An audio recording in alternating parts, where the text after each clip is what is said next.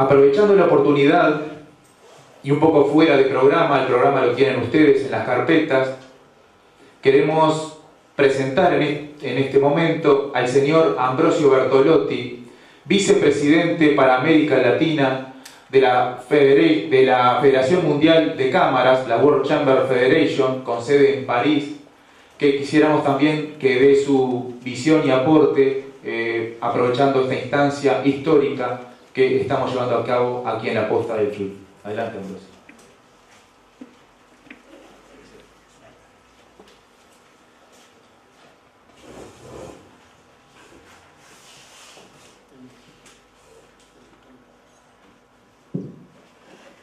No sé si mejor que me siente o que esté parado, por lo menos para podernos ver.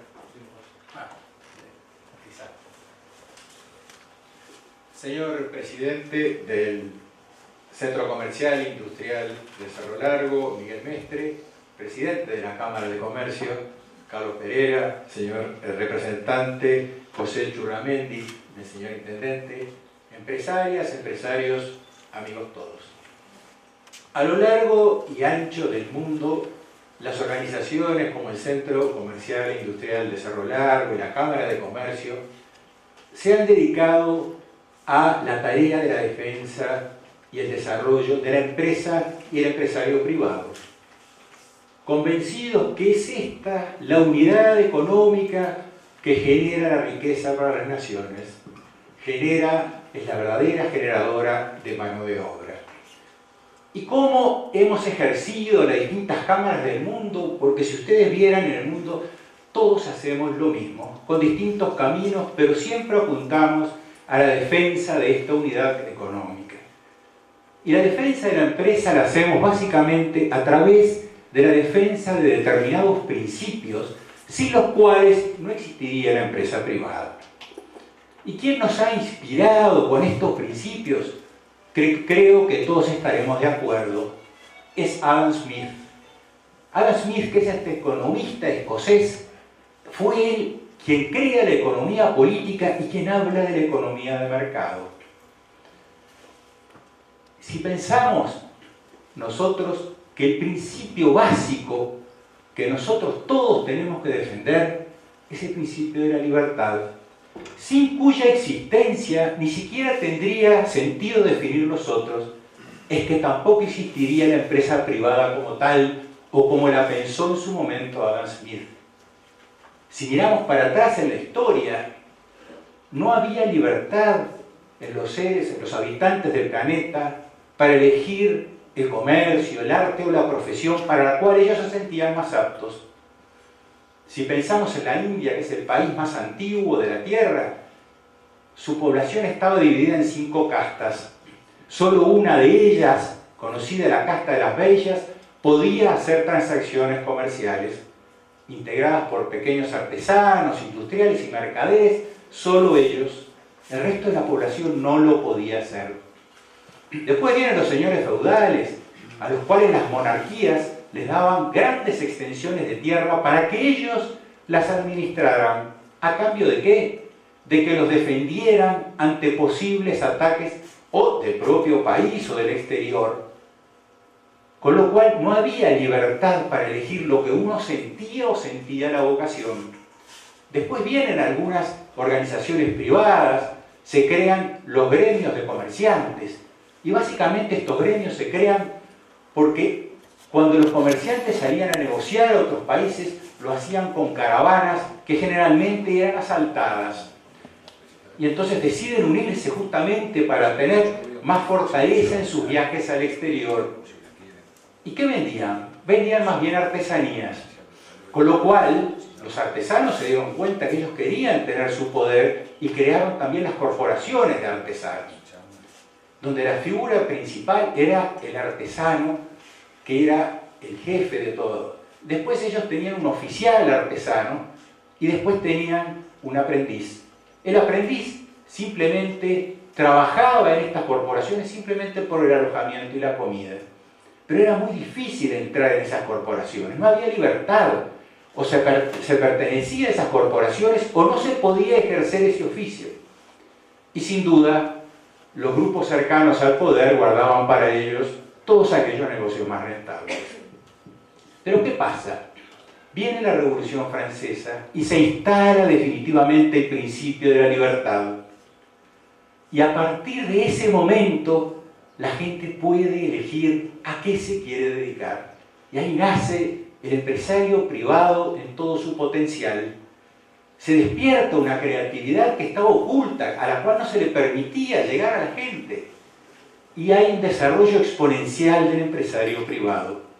Por eso nosotros, obtenida esa libertad, que había comenzado en un movimiento liberal en la Inglaterra de mediados del siglo XVII, y ahí se concreta, podemos hablar de otros 3 puntos. La economía de mercado, la seguridad jurídica que surge a través de la separación de los poderes y la propiedad privada. Y eso defendemos todas las cámaras en el mundo.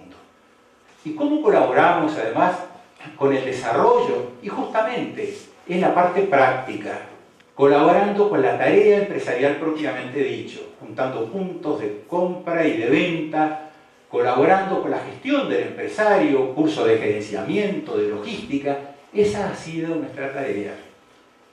Y estos empresarios que empiezan a surgir en cantidades tienen la necesidad de agruparse y crean este tipo de instituciones. Por eso, si miramos a través de la historia, la mayor parte de las organizaciones empresariales se crean a partir del siglo XIX.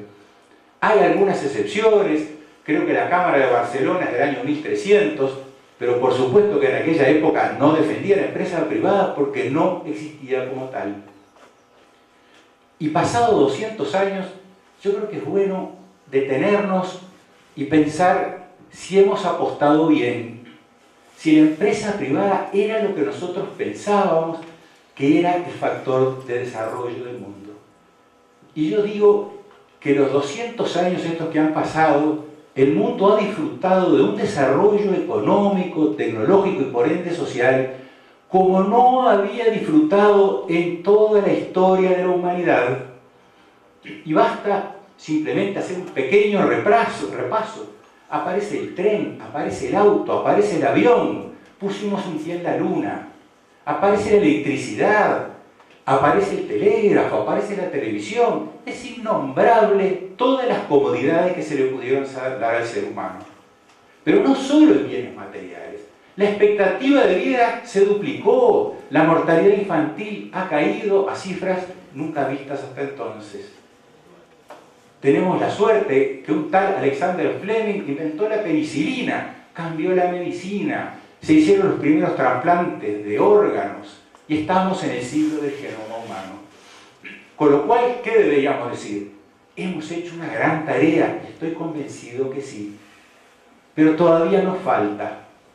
Y mirando cuál sería la tarea de las organizaciones nuestras hacia el futuro, yo dividiría en 2 partes. Todavía hay en el mundo 2.000 millones de personas que viven con $1 o $2 diarios. Hay que seguir trabajando para que esos países obtengan el desarrollo que otros países han obtenido. Pero también hay otro mundo que ha llegado a tener los bienes materiales que se necesitan para de alguna forma tener el hombre ciertas comodidades. Pero también ha habido excesos. Estamos entrando peligrosamente en algunos sectores en una zona de materialismo desmedido. Tan desmedido que hasta en cierta forma han anestesiado nuestra capacidad de pensar. Tanto la han anestesiado que a veces cuando preguntamos de un país, no preguntamos ni de la cultura ni del arte, sino preguntamos ¿y cuál es el Producto Bruto de ese país? ¿Cuánto exporta? ¿Cuánto importa? ¿Cuál es el Producto Bruto por habitante? Como si eso fuera tan importante. Es un dato más, pero no es tan importante. Hay otras cosas más importantes.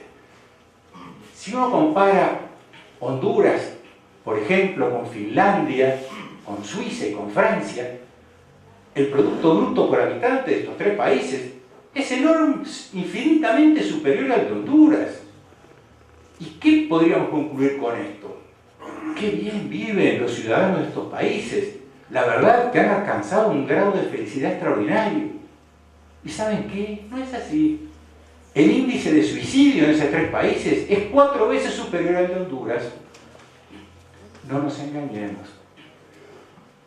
En esta época, que todo lo vemos a través de lo material, que no es malo tener esos datos, no nos tenemos que dejar adormecer tanto. Hasta tanto que se han creado publicaciones que nosotros llegamos a leer con interés, a ver quién es la persona más rica, la empresa más rica, y todos los meses hay una competencia, este es más rico. ¿Qué importa? ¿Qué importa el cuánto? Tenemos que ver otro análisis. Importa el cómo y para qué, más que el cuánto, sin que el cuánto deje de ser importante.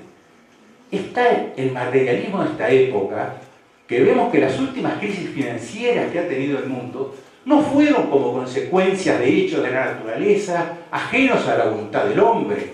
No es por una peste, una plaga. No, es la actuación desmedida del hombre en la obtención del lucro. Todas estas crisis financieras son justamente actuaciones del hombre. Y eso no está bien. Eso está mal. Incluso muchos de ellos son empresarios privados. Y después nos quejamos cuando hay una mala imagen nuestra. Esas crisis que han generado los propios hombres justamente han afectado a un mundo entero. Creo que en este momento debemos detenernos a pensar. Aquella época que nosotros teníamos, en la cual la palabra era más fuerte que un documento escrito, hoy ya no lo es. Tenemos que volver a reverdecer los viejos valores que teníamos en nuestras sociedades. Pero no solo por lo que pensábamos nosotros, sino también por lo que Adam Smith piensa y pensaba. Y por eso es bueno conocer un poquito de la vida de Adam Smith. Adam Smith nació en 1723 en un pueblito escocés llamado Kilcordy, en la costa este de Escocia, un pueblito cercano del mar. Obviamente no era para bañarse, eran aguas muy frías. Y él nació del matrimonio, su padre también se llamaba Adam Smith y su madre Margaret Douglas, y el padre de él muere cuando él tiene 4 meses. Como pequeña anécdota de su niñez, él fue robado por un grupo de gitanos que lo devuelven a los pocos días, por suerte, porque si no, no lo hubiéramos tenido como guía nuestro. Estudia en este pueblito de Kilcordy y él era un gran interesado por el hombre. Todos tenemos la imagen de que era un economista duro, cruel, que lo único que quería era plata. No, señor, es un verdadero error. Él era un filósofo. Esa era su orientación. Fue un brillante estudiante en su época de escuela primaria y después fue a estudiar a la Universidad de Glasgow. ¿Y qué fue a estudiar? ¿Economía? ¿Matemática? No, filosofía moral. Él pensaba en el hombre. Él quería mejorar la condición interior del hombre. Siendo tan brillante estudiante, él se gana una beca para ir a estudiar en la Universidad de Oxford, que en aquel momento, hoy tiene un gran nombre, no estaba en su mejor momento académico. Pero él aprovechó todo el material de la Universidad de Oxford para nutrirse de lo que a él más le interesaba, que era el hombre. Terminada esa beca, él vuelve a su pueblo original y sí es nombrado catedrático de la Cátedra de Filosofía Moral, un sueño que él quería. Y vemos que el economista no existe.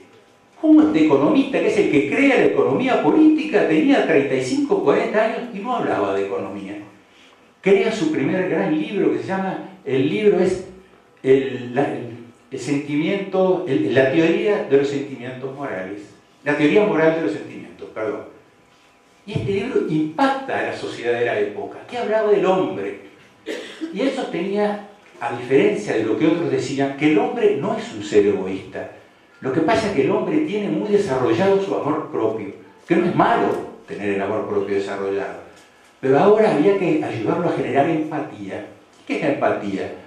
Saber ponerse en el lugar del otro, que de esa forma habría una mucho mejor convivencia. Y este libro fue leído con mucho interés por la sociedad de Inglaterra y más allá de Inglaterra. Y allí un aristócrata inglés llamado Charles Townshend leyó el libro y lo contrató para que acompañara a un hijastro de él, que era el duque de Bucló, que iba a hacer una gira por Europa. Y él aceptó este trabajo porque quería salir de su pequeño pueblo y ver un mundo distinto.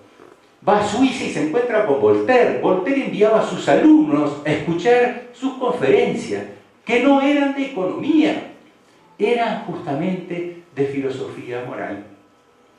Termina sus años en Europa, en Toulouse, y ahí, en una ciudad, ve el movimiento del puerto, ve toda la parte económica, y ahí sí se empieza a despertar en él su interés, porque él entiende que si bien el hombre necesita cambiarse interiormente, también necesita bienes materiales.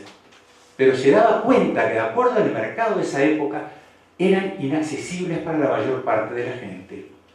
Era una época en la que estaba vigente la teoría mercantilista, que definía que la riqueza de las naciones era la diferencia entre las importaciones y las exportaciones. La balanza comercial definía la riqueza de unos países.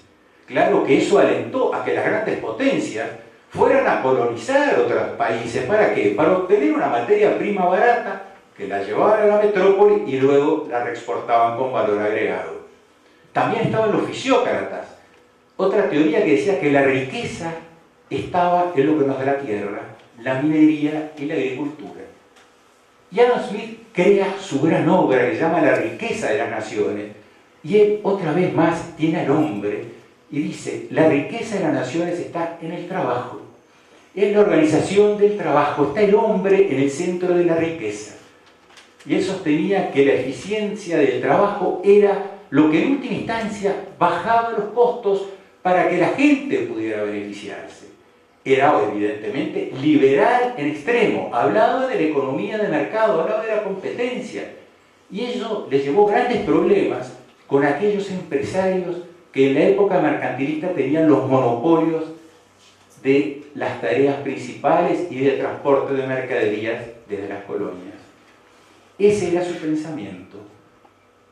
Y decía, y estaba convencido, que la búsqueda de una persona, de una satisfacción personal, del lucro para él, era a su vez beneficioso para el resto. Porque esta persona fue capaz de generar una idea, capaz de generar una empresa, y era lógico que iba a obtener un lucro, pero también iba a generar riqueza para la zona, la región o el país, e iba a generar puestos de trabajo. Si bien era liberal, como conocía bien el hombre, él aceptaba que tenía que haber una mínima regulación en el mercado, porque él basaba su teoría de la economía de mercado en dos pilares, y eran pilares de valores. Él decía que en el mercado actuaba bien, de acuerdo a su teoría, si se actuaba con honestidad, si se actuaba con seriedad. Y en la cultura, él decía que la gente tenía que estar informada de lo que era el mercado. Ese era su sueño. Por eso, si Adam Smith hoy venía y veía lo que es hoy la economía del mercado, por supuesto que no estaría en absoluto de acuerdo. Es que es más, creo que corremos el riesgo de que una profecía que Maquiavelo dijo hace 1000 años se pueda estar cumpliendo. Él decía: llegará el momento en que el ser humano va a llorar más la pérdida de parte de su capital que la de un ser querido. Y justamente la tarea nuestra de la Cámara es empezar a generar valores a nivel empresarial. Aristóteles decía que la excelencia moral es el producto del hábito. Y él diría: nos volveremos justos si hacemos acciones de justicia, nos volveremos templados si hacemos acciones de templanza, y nos volveremos valientes si hacemos acciones de valentía. ¿Y qué es el hábito? El hábito es una conducta adquirida, que no nace con nosotros, pero tiene tal fuerza que una vez de adquirida la vamos a cumplir, nos volvemos esclavos del hábito. ¿Y cuál es la tarea de nuestras cámaras? Crear el hábito a nivel empresarial de actuar con honestidad, con seriedad, con responsabilidad. Esa es la tarea que nosotros tenemos que hacer en el futuro. Yo digo siempre que el empresario tiene los mismos derechos que todos los ciudadanos, pero nosotros nos tenemos que autoimponer más obligaciones que los otros. Y ese es el camino. Y entonces, ¿qué estoy proponiendo? Simplemente crear un nuevo renacimiento. ¿Qué fue el Renacimiento? El Renacimiento fue un movimiento filosófico que nació en la Italia del siglo XIV y se concreta en el siglo XV, básicamente en Florencia.